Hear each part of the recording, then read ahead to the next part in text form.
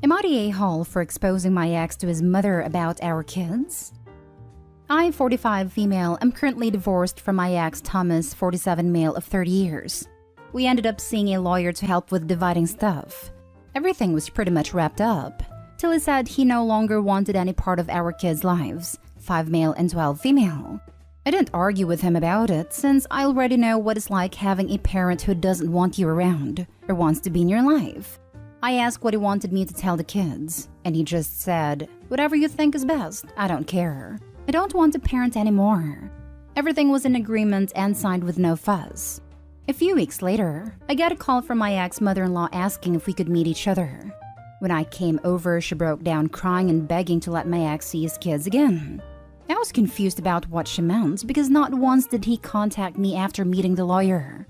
She went on about how my ex said he really missed them and that I was just a petty witch for taking full custody. Also that he was crying for days about it. I told her my version of events and she called it BS, saying her son wouldn't lie like that, especially not about his kids. Then I decided to call him in front of her. He didn't know she and I were meeting that day. I said, "Hey, 5 male has a soccer game in a few days," which he did, and I was wondering if you wanted to go. I know he'd really love it and be happy to see you. He instantly said, "No, I already said I'm not doing this anymore." I raised my voice a bit saying, "Well, what about holidays and birthdays? Because we never discussed any of it and your family might want to see them." He just said, "My family already thinks the kids aren't mine anyways, so it doesn't matter." I asked, "Well, how do you think this is going to affect Denise, his mom? She's over the moon about them." He just said, "She loves me more than the kids, so I doubt this will be an issue for her." After a bit more talking, we finally hung up. Ex-mother-in-law was straight-faced and nodded at everything that just happened, saying, okay." She asked me to leave and said we would be in touch. Later that day, I got a call from my ex saying how it's my fault he was kicked out of his mom's house and possibly will be taken off her will. Also, that none of his family members will talk to him because of what ex-mother-in-law heard. He threw a lot of insults at me before I hung up, and now him and his mates keep calling and texting me. Even my friend is saying I shouldn't have said anything in the first place, and I ruined his life. Now for the top comments. Not stay home. He had the right to sign off his rights. He did not have the right to paint you in a bad light and make you look to be at fault and evil/manipulative. That's defamation of character. You had the right to set the record straight. His mom had a right to go no contact with her son, a grown man who didn't want contact with his actual young kids. Sounds like he's getting a taste of his own medicine, aka karma. You put it better than I could have, 100%. Not stay home. Your ex-mother-in-law deserved to know what lies her son has been spreading and how little he wants to do with being a parent. Him being mad he was caught is his own fault, not yours. Exactly.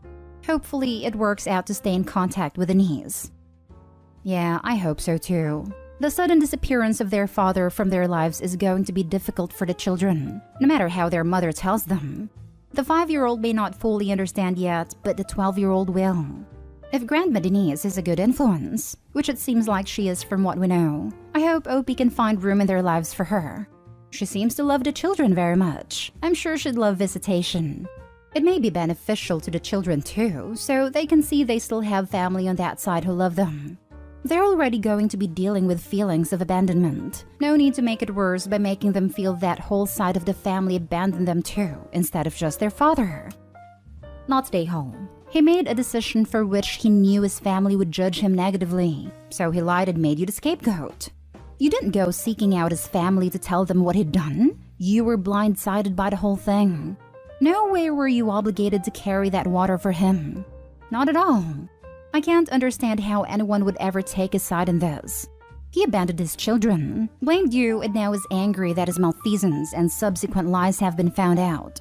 If I were you, I'd reach out to ex-mother-in-law and see if she would be interested in seeing the kids and maybe having a relationship with her. Unless there are toxic things about her you haven't included. It seems like she'd love to see them, and I'll bet they miss their grandma as well. Next story. Am I the a-hole for not allowing my mother-in-law in the delivery room? I'm 18 and this is my first baby. I'm getting induced on Tuesday. I live with my fiancé, male 21, and his mother, female 37. We live in a converted area behind our house. It was a garage, but was flipped into a studio apartment. My fiancé and I have been together for 2.5 years now, and I have lived here for a little over a year. My mother-in-law is very opinionated, which is why I believe we're having these issues.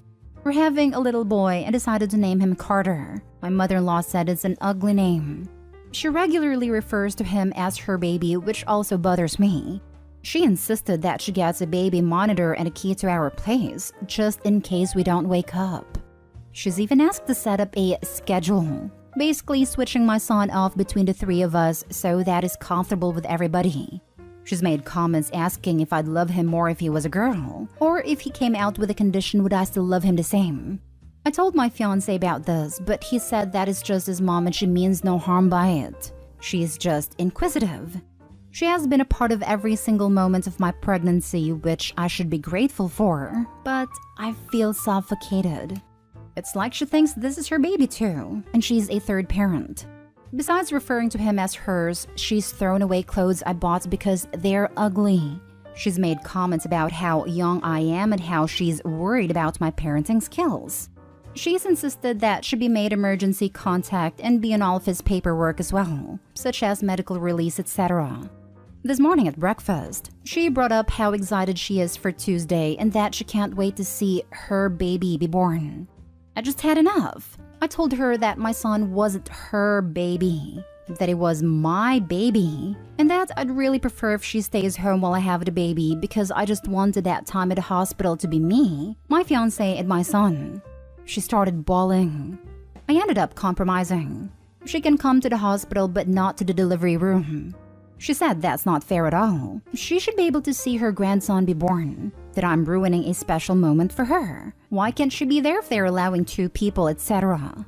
I apologized and told her I'm just not comfortable with it. And I never told her she could be in the delivery room anyway. She just assumed. She told me that if I don't want her there, then I can leave. But my fiancé told her to stop and asked me to go back to the house. When he came back, he told me that I should consider letting his mom be in the delivery room with me for support. I told him that I didn't need her support. I needed his. I explained that I just wanted some time for just us because we didn't get that the entire pregnancy. He said that he can't support me like she would because he's not a woman and he hasn't had kids.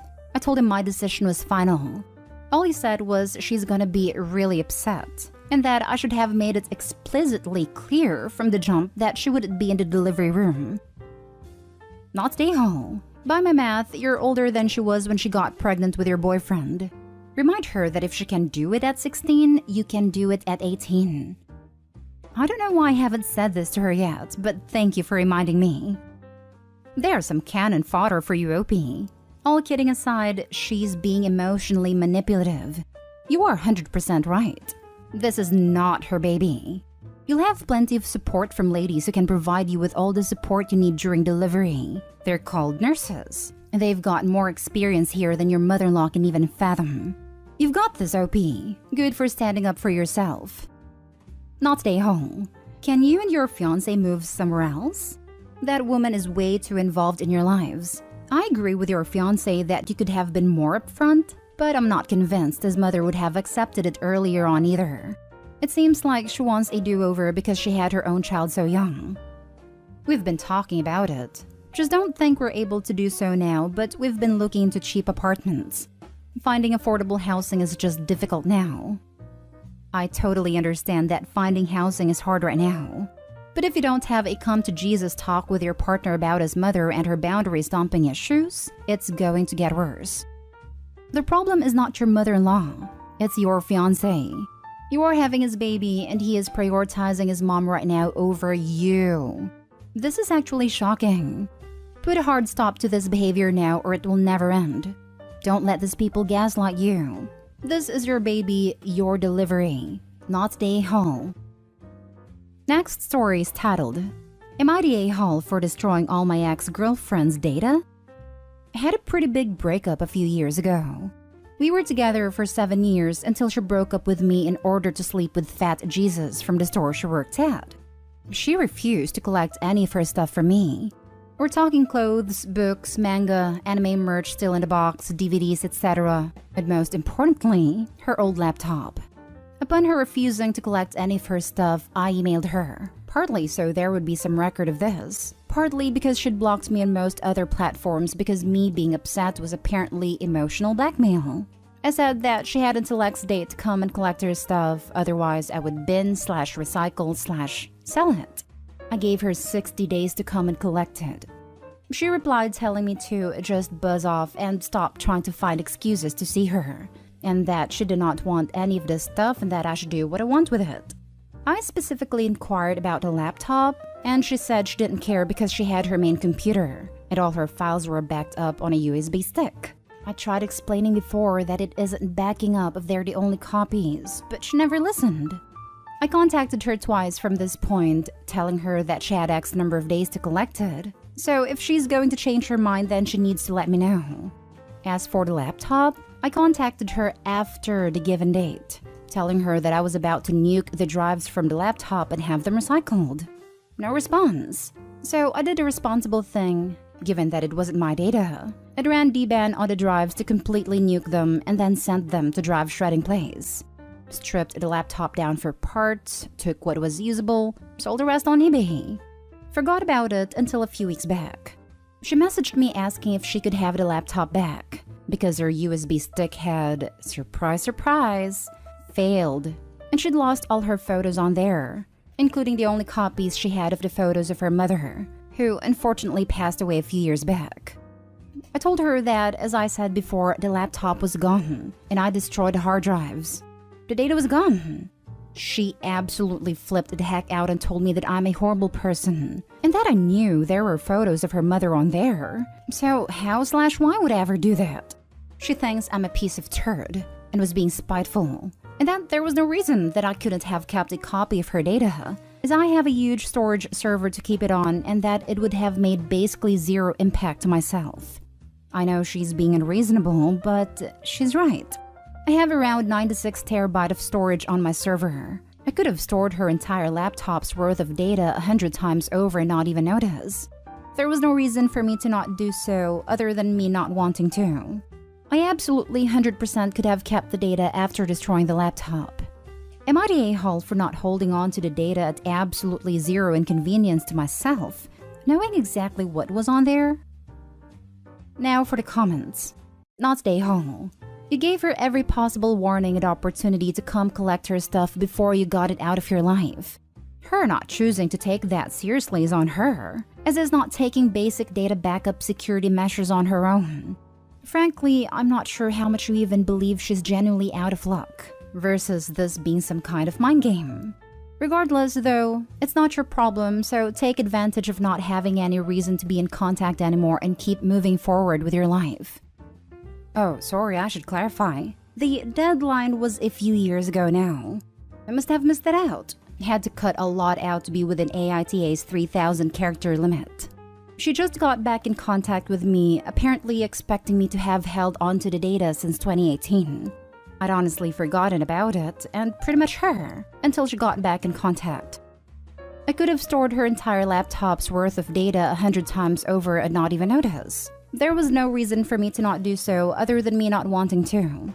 That is 100% a valid reason not to keep the data. Keeping it would mean holding on to the relationship and always having her in the back of your mind. Absolutely unhealthy in the context of moving on from a bad breakup. Not the a-hole. If you nuked them right away, I could see her point. But giving someone 2+ months to collect their stuff and then not doing it simply because she didn't want to means that is her fault. Yeah, plus I feel like not nuking them would have been irresponsible. I certainly wasn't going to keep the physical drive sitting around. I've had a huge clear out over the last few years, throwing out a lot of old crap. My ex's old computer certainly wasn't going to be spared, and just binning it without sanitizing the data in any way would just have been putting her data at risk. Now for the last story. Am I the a-hole for getting mad at my wife's gender reveal prank and ruining the party? My wife is currently pregnant and we are the proud parents of a 2-year-old girl. To be completely honest, this is an accidental pregnancy. I love being a dad, but our marriage hasn't been good for a while, so we didn't mean to bring another child into it. We had a small gender reveal party at our house. There was a small cannon which was going to shoot out blue or pink powder. When my wife took the thing to aim it, she shot the powder all over me on purpose. I was pissed and just turned to glare at her. She immediately looked uncomfortable and tried to laugh. Everyone seemed put off by me not laughing, and a couple people told me to lighten up. I still didn't laugh and just stood there deadpan. I could see my wife getting more and more uncomfortable. When we were away from the crowd, I asked why the heck would she do that? And she got defensive and said it was a prank and she thought it would be funny. I told her she knows I don't like idiotic pranks, and it wasn't. She demanded to know how I could just stand there like that and humiliate her, and I replied that I really don't care if she was humiliated because she chose to behave like that. She began to cry and said she wants to be in a relationship where they can play pranks, and it wasn't a big deal. I've gotten a lot of crap from a few family members, especially her dad, about how I overreacted and made a party uncomfortable. Edit for everyone asking, we are having a boy. Everyone sucks here for having a gender reveal party. And everyone sucks here for being miserable in their relationship and still bringing an innocent kid into this mess. Troubled relationships and divorces happen. What makes or breaks it is how they proceed to find a healthy balance. The mother might have wanted to keep the kid either way.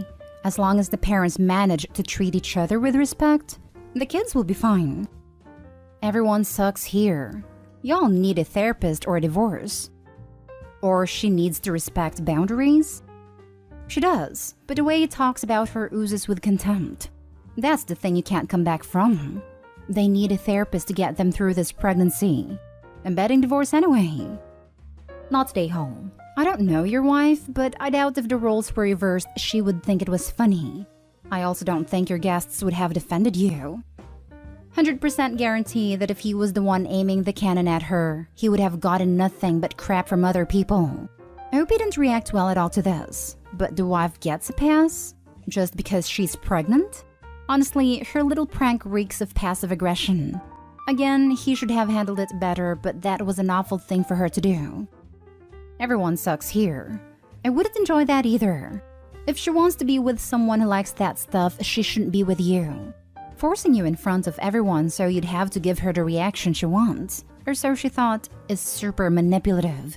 I don't understand people who get off on others' distress or ridiculousness, let alone publicly. But you, sir, sound aggressive and intimidating in manner, like you're trying to shame her out of behavior you don't like. I don't care if you were humiliated because you chose to behave like that. There's no way to talk to anyone, let alone your wife. Just because you don't like it doesn't mean she's inferior because she does. It's just a difference of opinion. Your high-handed, morally superior manner is also evidently achieving nothing but making her dig her heels in. She wants someone who likes stupidity. You want someone who will obey you. Neither of you is happy. Why y'all got married in the first place is beyond me. What a toxic couple.